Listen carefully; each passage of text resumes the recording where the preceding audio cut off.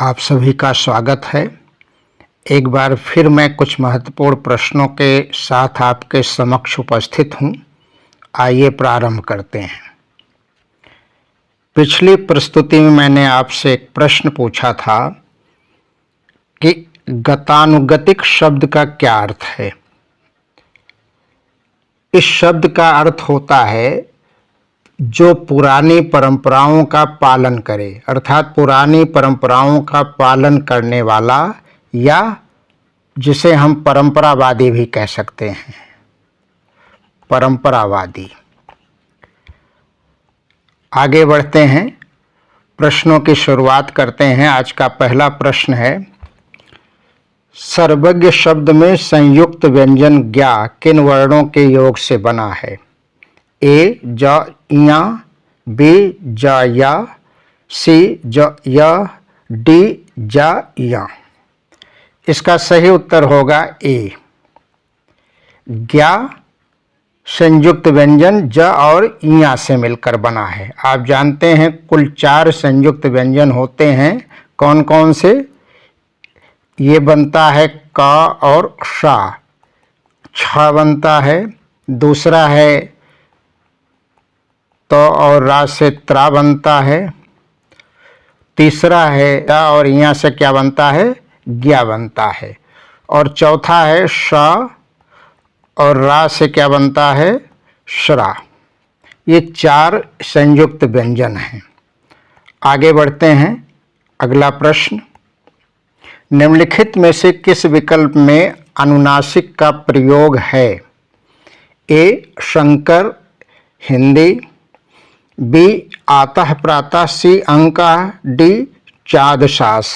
इसका सही उत्तर होगा डी चादशास। चादशास में अनुनासिक का प्रयोग है। अनुनासिक उन्हें कहा जाता है जिनके उच्चारण में मुख और नासिका दोनों से हवा बाहर निकलती है, और इसका प्रतीक चिन्ह क्या है? चंद्रबिंदी। इस तरह से आगे बढ़ते हैं। अगला प्रश्न, स्पर्श वर्णों की संख्या कितनी है। ए 11, बी 14, सी 13, डी 25। सही उत्तर होगा डी 25। कुल स्पर्श वर्ण कितने हैं? 25।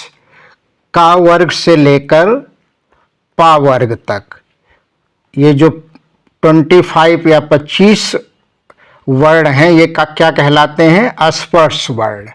और इनका इसलिए स्पर्श वर्ण इन्हें कहा जाता है क्योंकि इनके उच्चारण में हवा मुख विवर या मुख के अंदर अलग अलग भागों को स्पर्श करते हुए बाहर आती है। जैसे का वर्ग की ध्वनियों का उच्चारण कंठ को स्पर्श करता है। चा के उच्चारण, चा वर्ग के उच्चारण में हवा तालु को स्पर्श करती है। टा वर्ग की ध्वनियों में मूर्धा को स्पर्श करती है। और ता वर्ग की ध्वनियों के लिए दांत का स्पर्श होता है। पा वर्ग की ध्वनियों का उच्चारण ओष्ठ को स्पर्श करके हवा करती है। इसलिए ये 25 स्पर्श वर्ण हैं, इन्हें कहा जाता है।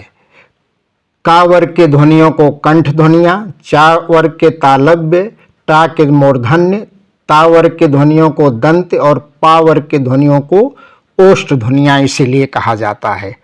आगे बढ़ते हैं। अगला प्रश्न, हजारों लोगों ने उसे देखा है वाक्य में विशेषण है। ए उसे, बी देखा, सी हजारों, डी लोगों। हजारों लोगों ने उसे देखा है।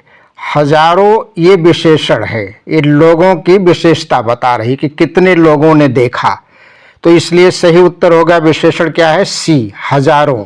ये किस प्रकार का विशेषण है? ये अनिश्चयवाचक विशेषण है। हजारों किस तरह का विशेषण है? अनिश्चित संख्यावाचक विशेषण। क्या कहा जाएगा? अनिश्चित संख्यावाचक विशेषण। ये संख्या तो बता रहा लेकिन अनिश्चित है। हजारों कहने से पता नहीं चलता कितने हजार या कितनी संख्या होगी। आगे बढ़ते हैं। अगला प्रश्न, इनमें से कौन सा शब्द भाववाचक संज्ञा नहीं है। ए मनाही, बी विद्वता, सी सोना, डी खुशी। इसका सही उत्तर होगा सी सोना। सोना भाववाचक संज्ञा नहीं है, ये द्रव्यवाचक संज्ञा है। द्रव्यवाचक संज्ञा वह होते हैं जिनको हम माप और तोल सकते हैं। बाकी जो शब्द हैं मनाही, विद्वता और खुशी, ये भाववाचक संज्ञाएं हैं। आगे बढ़ते हैं, अगला प्रश्न, इनमें से कौन सा शब्द संज्ञा है? ए क्रोधित, बी क्रोधी, सी क्रुद्ध, डी क्रोध। तो इसका सही उत्तर होगा डी क्रोध। ये संज्ञा है, बाकी क्या है और कौन सी संज्ञा है? भाववाचक संज्ञा है। बाकी शेष जो विकल्प हैं क्रोधित, क्रोधी, क्रुद्ध, ये विशेषण हैं। तो प्रश्न का सही उत्तर होगा डी क्रोध। अगला प्रश्न, वज्रदेह में समास बताइए। ए बहुव्रीहि, बी तत्पुरुष, सी कर्मधारय, डी द्वंद्व। वज्रदेह का मतलब हुआ, वज्रदेह का समास विग्रह होगा कि वज्र के समान जिसका शरीर हो, और ये किसके लिए आता है? हनुमान के लिए। वज्र के समान जिसका शरीर हो अर्थात हनुमान। तो वज्रदेह से तीसरा अर्थ निकल रहा है, और जिस समास के दोनों पद प्रधान न हो बल्कि तीसरा कोई अर्थ हो बता रहे हो, तीसरे अर्थ की तरफ संकेत कर रहे हो, उसे क्या कहते हैं? बहुव्रीहि समास। तो वज्रदेह में कौन सा समास है? बहुव्रीहि समास। अगला प्रश्न, समास की दृष्टि से एक युग्म अशुद्ध है। ए भरपेट अव्ययी भाव समास, बी राष्ट्रभक्त तत्पुरुष, सी देश निकाला बहुव्रीहि, डी हुक्का पानी द्वंद्व। इसमें भरपेट अव्ययी भाव समास है, ये शुद्ध है, क्योंकि भर जो है ये अव्यय है, तो ये सही है। राष्ट्रभक्त माने राष्ट्र का भक्त, तो ये तत्पुरुष समास, ये भी सही है। देश निकाला, इसका समास विग्रह होगा देश से निकाला गया, तो यहाँ महत्वपूर्ण से है, ये अलगाव का बोध करा रहा है, सेपरेशन का, कि देश से निकाल दिया गया, अलग कर दिया गया। तो ये बहुव्रीहि समास नहीं होगा, ये क्या होगा? ये अपादान तत्पुरुष समास होगा। अपादान तत्पुरुष समास होगा। डी हुक्का पानी, हुक्का और पानी द्वंद्व, ये भी सही है। तो यहां पर इस प्रश्न का उत्तर होगा कौन सा युग्म अशुद्ध है? तो सी देश निकाला बहुव्रीहि नहीं है, ये अपादान तत्पुरुष समास है। अगला प्रश्न, मैं चाहता हूं कि तुम्हारे साथ खेलूं, ये किस प्रकार का वाक्य है? ए निषेध वाक्य, बी संयुक्त वाक्य, सी मिश्र वाक्य, डी सरल वाक्य। मैं चाहता हूं कि तुम्हारे साथ खेलूं, मैं चाहता हूं ये प्रधान उपवाक्य है, तुम्हारे साथ खेलूं ये आश्रित उपवाक्य है, और दोनों को कि से जोड़ा गया है। तो जिस वाक्य में एक प्रधान उपवाक्य हो बाकी आश्रित उपवाक्य हो, उसे क्या कहा जाता है? उसे मिश्र वाक्य कहा जाता है। इसलिए इसका सही उत्तर होगा सी मिश्र वाक्य। अगला प्रश्न, निम्न शब्दों के पर्याय के लिए दिए गए 4 विकल्पों में से उचित विकल्प चुनिए। शब्द है कल्पद्रुम। ए कल्पना, बी कल्पकाया, सी अल्प वृक्ष, डी पारिजात। कल्पद्रुम का सही पर्याय होगा डी पारिजात। इसका उत्तर होगा डी पारिजात। कल्पद्रुम के पर्यायवाची शब्द और होते हैं, जैसे मंदार, कल्पवृक्ष, पारिजात तो है ही, इसके अलावा देवद्रुम, क्या कहते हैं? देवद्रुम, ये 3 और शब्द होते हैं। आगे बढ़ते हैं, अगला प्रश्न, जिसको आपने बुलाया था वह बाजार गया, वाक्य के रेखांकित शब्द में सर्वनाम हैं। ए संबंधवाचक, बी निजवाचक, सी पुरुषवाचक, डी निश्चयवाचक। जिसको आपने बुलाया था वह बाजार गया है। कर्ता ने जिसे बुलाया था वो कहाँ गया? बाजार गया। यहाँ जिसको वह से संबंध जोड़ रहा है। किससे जोड़ रहा है? जिसको वह से संबंध जोड़ रहा है। और जो सर्वनाम वाक्य में आए दूसरे संज्ञा सर्वनाम से संबंध बनाते हैं उन्हें क्या कहा जाता है? संबंधवाचक सर्वनाम। तो इसलिए इस प्रश्न का सही उत्तर होगा ये, संबंधवाचक सर्वनाम। अगला प्रश्न, अध्यात्म शब्द में एक प्रत्यय लगाने पर शब्द बनेगा। ए आध्यात्मिक, बी आध्यात्मिक, सी आध्यात्मिक, डी आध्यात्मिक। इसका सही उत्तर होगा बी। अध्यात्म शब्द में एक प्रत्यय लगाने से आध्यात्मिक बनता। ध्यान दीजिएगा, आध्यात्मिक शब्द कई बार लोग गलत वर्तनी का प्रयोग करते हैं, ये सही नहीं है। सही क्या है? आध्यात्मिक। अगला प्रश्न, अभ्यास शब्द में किस उपसर्ग का प्रयोग किया गया है? ए आ, बी अब, सी अभ, डी अस। इसका सही उत्तर होगा बी अभि। अभ्यास शब्द में अभि उपसर्ग का प्रयोग किया गया है। ये इस तरह से अभि धन आस, ये बन जाता है अभ्यास। यहाँ पर अभि का ई और ये आ, ये दोनों मिलकर क्या बन जाते हैं? या बन जाते हैं। इसलिए ये कौन सी संधि हुई? यड़ संधि। अगला प्रश्न, किस शब्द में उपसर्ग और प्रत्यय दोनों हैं? ए प्रारंभ, बी सफलता, सी परिवहन, डी कठिनाइयाँ। ए प्रारंभ में सिर्फ उपसर्ग है। सफलता शब्द इसका सही उत्तर होगा, क्योंकि सफलता में सा, धन, फल, धनता, तो ये सा उपसर्ग भी लगा है और ता प्रत्यय भी लगा है। बाकी परिवहन में देखिए सिर्फ उपसर्ग है, कठिनाइयाँ में सिर्फ प्रत्यय लगा है। तो सही उत्तर होगा बी सफलता, जिसमें उपसर्ग और प्रत्यय दोनों लगे हैं। अगला प्रश्न, कृष्ण शब्द में कौन सा समास है? ए कर्मधारय समास, बी द्वंद्व समास, सी द्वैध समास, डी तत्पुरुष समास। कृष्ण सर्प, अगर इसका समास विग्रह किया जाए तो क्या होगा? काला सर्प। कृष्ण का मतलब काला, काला रंग, काला सर्प। तो यहां पर ध्यान दीजिए, काला ये हो गया विशेषण और सर्प क्या हो गया? विशेष्य। तो जिस समास में एक पद विशेषण और दूसरा विशेष्य होता वो कौन सा समास होता है? कर्मधारय समास। इसलिए इस प्रश्न का सही उत्तर होगा ए कर्मधारय। अगला प्रश्न, सबसे पहले गिना जाने वाला के लिए इनमें से प्रयुक्त शब्द क्या है? ए अग्रहर, बी अग्रगणक, सी अग्रगामी, डी अग्रगण्य।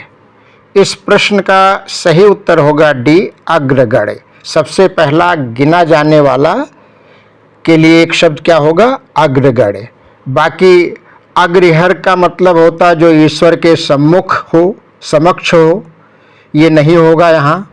अग्रगणक माने मुख्य सलाहकार, ये भी नहीं होगा। अग्रगामी माने जो आगे चलने वाला, तो यहाँ वह भी नहीं होगा। सही उत्तर होगा अग्रगण्य, डी।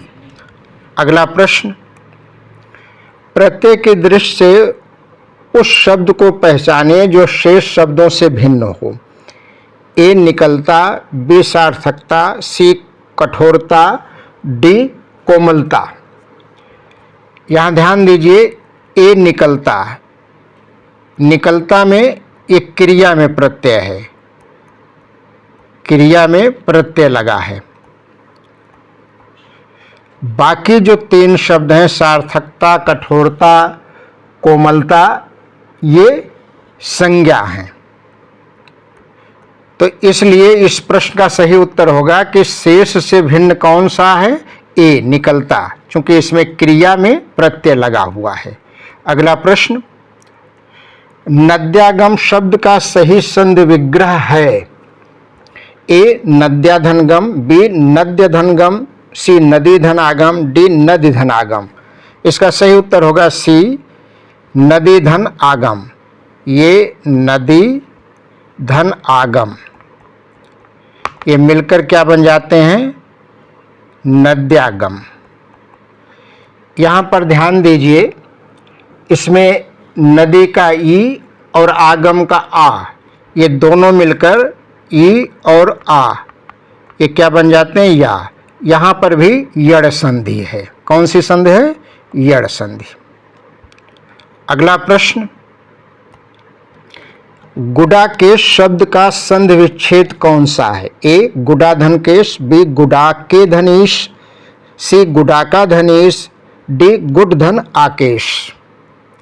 तो इसका सही उत्तर होगा सी गुडाका धनीश। गुडाका धनीश मिलकर क्या बन जाते हैं? गुडाकेश। और गुडाका का मतलब आप जानते हैं घुघराले बाल, ईश माने स्वामी, अर्थात जिसके घुघराले बाल हों उसे गुडाकेश कहा जाता है। लेकिन ये रूढ़ हो गया किसके लिए? अर्जुन के लिए। महाभारत के एक चरित्र हैं अर्जुन के लिए, उनका ये पर्यायवाची शब्द है आजकल। तो इसलिए सही उत्तर हुआ गुडाका धनीश का गुडाकेश। और इसमें आप जानते हैं गुड़ स्वर संधि है। कौन सी संधि है? गुड़ स्वर संधि। इसमें गुडाका का आ और ईश का ई दोनों मिलकर अय हो जाते हैं, इसलिए गुड़ स्वर संधि का उदाहरण है। अगला प्रश्न, एवं का तद्भव रूप क्या होगा? ए यवम, बी और, सी तथा, डी यौं। इसका सही उत्तर होगा डी यौं। एवं का तद्भव रूप क्या होगा? यौं। अगला प्रश्न, चारपाई किस प्रकार का शब्द है? ए रूढ़, बी यौगिक, सी योग रूढ़, डी अर्थ तत्व। तो चारपाई में आप देखिए दो शब्दों से मिलकर बना है, चार और पाई, यानी चार पैर वाला। चार पैर वाला आप जानवरों में भी कह सकते हैं, जैसे गाय हुई, भैंस हुई, या जैसे आप कुर्सी, मेज, ये सब में चार पैर होते हैं। लेकिन इस शब्द का अर्थ सिर्फ एक अर्थ में रूढ़ हो गया है या फिक्स हो गया है, वो क्या है? खाट। खाट या खटिया। चारपाई का मतलब खाट या खटिया। तो जब कोई शब्द दो शब्दों से मिलाकर बना हो लेकिन उसका अर्थ सिर्फ एक अर्थ में ही रूढ़ कर दिया जाए, निश्चित कर दिया जाए, तो क्या होता है? योग रूढ़। इसलिए इस प्रश्न का सही उत्तर होगा सी योग रूढ़। चारपाई योग रूढ़ शब्द है। अगला प्रश्न, निम्नलिखित में से कौन सा विपरीतार्थक युग्म सही सुमेलित है? ए उद्योगी, इसका अनुद्यत, बी औरस जारज, सी उन्मत्त विमुख, डी उच्छ्वास अनुच्छिष्ट। यहाँ ध्यान दीजिए, उद्योगी का अनुद्यत ये सही है, सही ढंग से सुमेलित है, क्योंकि उद्योगी माने परिश्रम करने वाला, अनुद्यत माने जो उद्योगी न हो या जो अकर्मण्य हो। औरस जारस ये भी सही है। औरस माने वैध संतान, जारज माने जो अवैध संतान है, जिसकी माँ एक तरह से कोई और हो, जिसकी शादी न हुई हो उसके पिता के साथ। सी उन्मत्त और विमुख, ये गलत है। उन्मत्त माने पागल, मतवाला, अस्थिर, और इसका विलोम होगा है शांत या स्थिर। उच्छ्वास अनुच्छिष्ट, ये भी गलत है। उच्छ्वास का विलोम क्या होता है? निश्वास होता है। उच्छ्वास का मतलब जब हम हवा बाहर निकालते हैं, और निश्वास का मतलब जब हवा अंदर लेते हैं। तो अनुच्छिष्ट नहीं होगा उच्छ्वास का। तो यहाँ पर इस प्रश्न में दो, ए और बी, दो युग्म सही सुमेलित हैं, इसलिए ये दोनों मिलाकर सही हुए, एक नहीं दोनों। अगला प्रश्न, निम्नलिखित वाक्यों को कर्मवाच्य से कर्तवाच्य में बदलिए। वाक्य है, महादेवी वर्मा द्वारा यामा लिखी गई।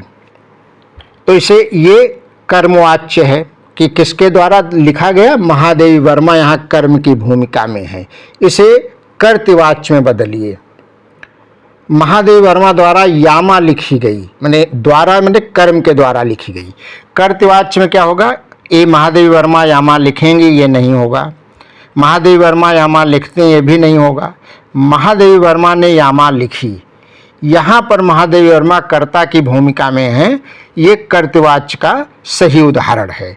और डी भी गलत होगा, तो इसलिए सही उत्तर है सी, महादेवी वर्मा ने यामा लिखी। अगला प्रश्न, करण कारक किस वाक्य में है? ए वह कलम से लिखता है, बी वृक्ष से पत्ते गिरते हैं, सी राम को फल दो, डी यह राम की पुस्तक है। यहाँ देखिए वृक्ष से पत्ते गिरते हैं, ये नहीं होगा, यह अपादान कारक का उदाहरण है। राम को फल दो संप्रदान हो गया। यहाँ पर ये इसका सही उत्तर क्या होगा, ए वह कलम से लिखता है। किससे लिखता है? कलम से। और आप जानते हैं कि करण कारक कहाँ होते हैं कि जब किसी वाक्य में किसी की सहायता से कोई कार्य होता है तो करण कारक वहाँ होता है। तो यहाँ कलम की सहायता से लिखा जा रहा है, इसलिए करण कारक का ये उदाहरण क्या होगा, ए वह कलम से लिखता है। अगला प्रश्न, मनगढ़ंत, शिष्टता और घबराहट, इन शब्दों के लिंग बताइए। ए पुल्लिंग स्त्रीलिंग और स्त्रीलिंग, बी स्त्रीलिंग स्त्रीलिंग और पुल्लिंग, सी स्त्रीलिंग स्त्रीलिंग और स्त्रीलिंग, डी पुल्लिंग और स्त्रीलिंग दोनों, स्त्रीलिंग और स्त्रीलिंग। यहाँ ध्यान दीजिए, मनगढ़ंत शब्द ये उभयलिंगी है, इसका प्रयोग पुल्लिंग स्त्रीलिंग दोनों में किया जाता है, जबकि शिष्टता और घबराहट इनका प्रयोग सिर्फ स्त्रीलिंग में होता है। इसलिए इस प्रश्न का सही उत्तर होगा डी, पुल्लिंग और स्त्रीलिंग दोनों मनगढ़ंत का, शिष्टता और घबराहट स्त्रीलिंग और स्त्रीलिंग। सही उत्तर होगा डी। आगे बढ़ते हैं। आज फिर मैं आपसे एक प्रश्न पूछ रहा हूं, क्षत्रियाधम में कौन सा समास है? किसमें? क्षत्रियाधम में। इस शब्द में कौन सा समास है?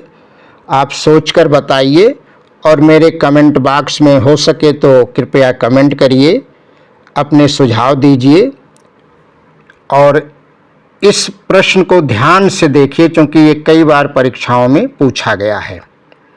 इस प्रकार से आज की प्रस्तुति यहीं समाप्त होती है। मुझे उम्मीद है कि यह आपको सार्थक लगी होगी। हो सके तो कृपया मेरे चैनल को लाइक और सब्सक्राइब ज़रूर करें। धन्यवाद।